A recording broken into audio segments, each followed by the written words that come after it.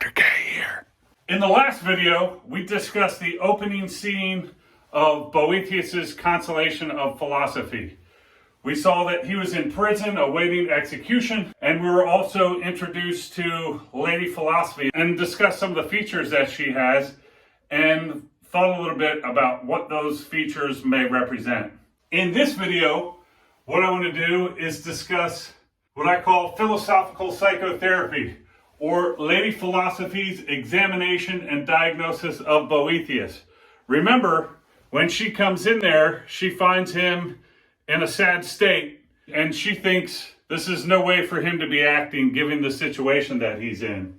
Essentially, we're going to see Lady Philosophy acting as a physician or doctor of the soul. She's going to take account of what his symptoms are, what she thinks the underlying disease is, and then what she thinks is the deeper cause of the disease or sickness or illness.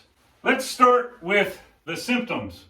So she takes there to be two kinds of symptoms, emotional and physical.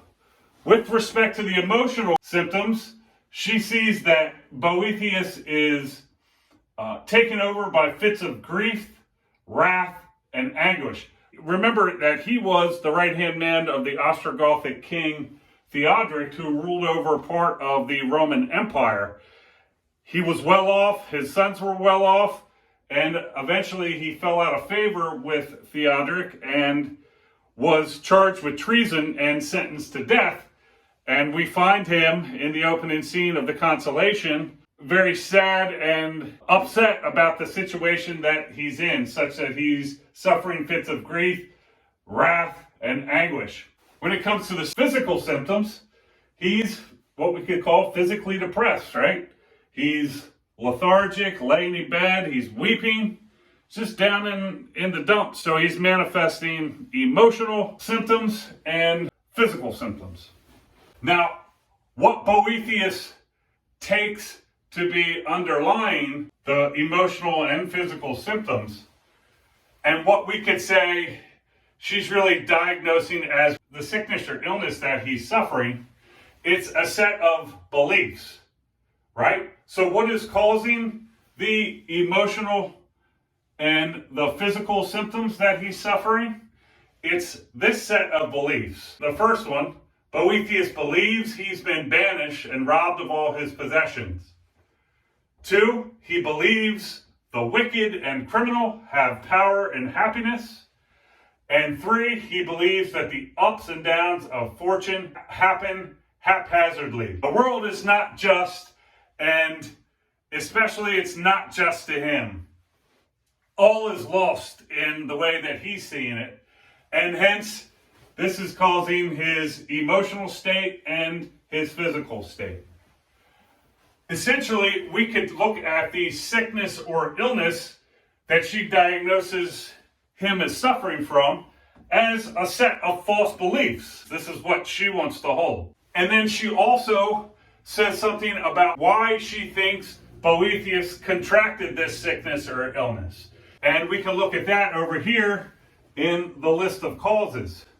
So she takes a loss of memory to be part of the cause as to his false belief that he's been banished and robbed of all his possessions.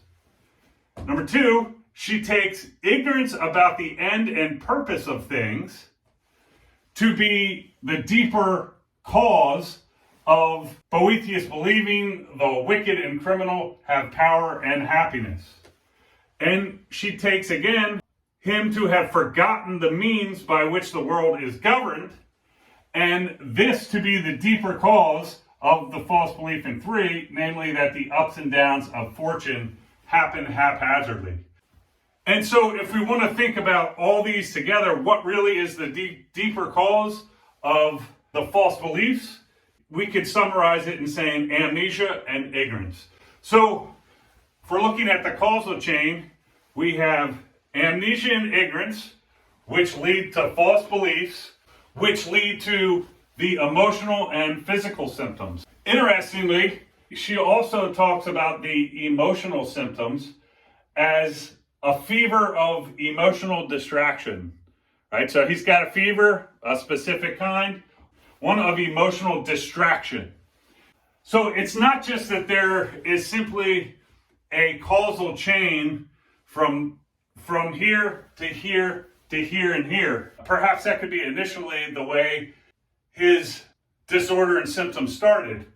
But at least after it's up and running, she takes the emotional symptoms or the fear of emotional distraction to feed back in to the reasons why he's suffering amnesia and ignorance, right? His mind is flooded with various emotions and they're blocking his memory of the truth and they're blocking his access to knowledge and what really is the case.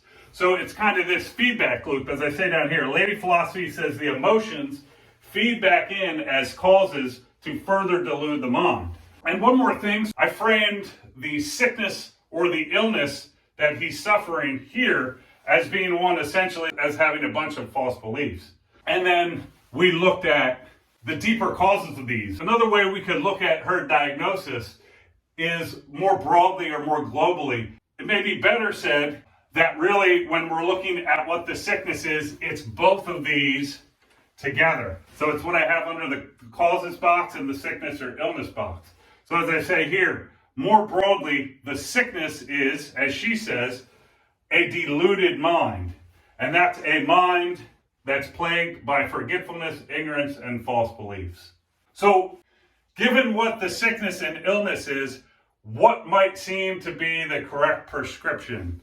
Well, essentially what Boethius needs is a healthy dose of the truth.